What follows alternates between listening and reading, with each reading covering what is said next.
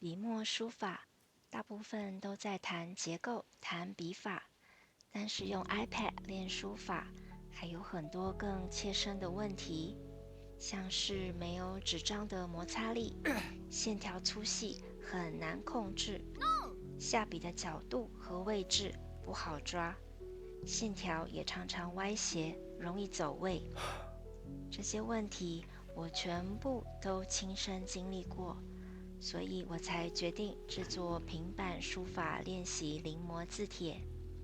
因為臨摹是最快建立手感的方式，透過臨摹，你可以最直接地感受到不同粗細線條需要的力道、下筆的角度和位置，還有筆尖移動的速度。這些練習都能幫助改善線條歪斜、容易走位的問題。我花了2個月的時間整理與製作九成宮李全銘平板書法練習字帖。這份字帖是依據台北故宮博物院收藏的九成宮李全銘的墨拓本，一個字一個字重新數位整理與排版。我希望能盡量保留原帖的字形結構，讓平板上的書法練習更接近真正臨摹的感受。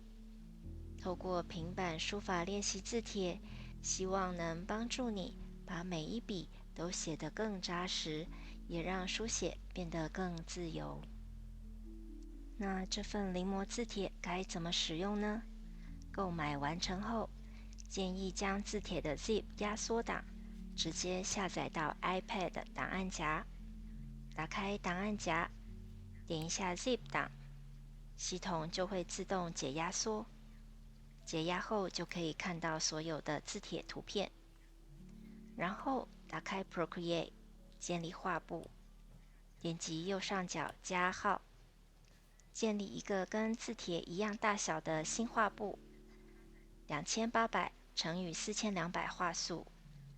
顏色配置 RGB 或 CMYK 可以自行選擇。再來匯入字帖，點擊操作，選添加，選插入一個檔案，到 iPad 的檔案夾，一次只能匯入1張字帖，選好你要練習的字帖。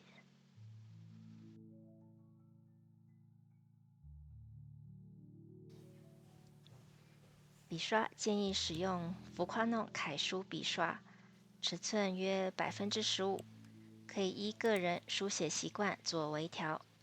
最後在字帖的上方新增塗層，就可以開始臨摹嘍。即使你不是真的想要練字，這份臨摹字帖也很適合在忙碌的一天裡，讓自己慢慢靜下來。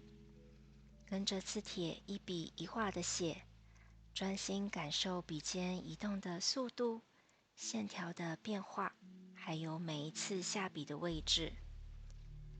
有時候臨摹的過程更像是一種放鬆，暫時不去想工作的事、訊息、時間，只是單純的寫字，把注意力慢慢拉回到自己身上。讓這份平板書法臨摹字帖陪你找回屬於自己的節奏。下回希望在歐體楷書基礎書法課程碰面嘍。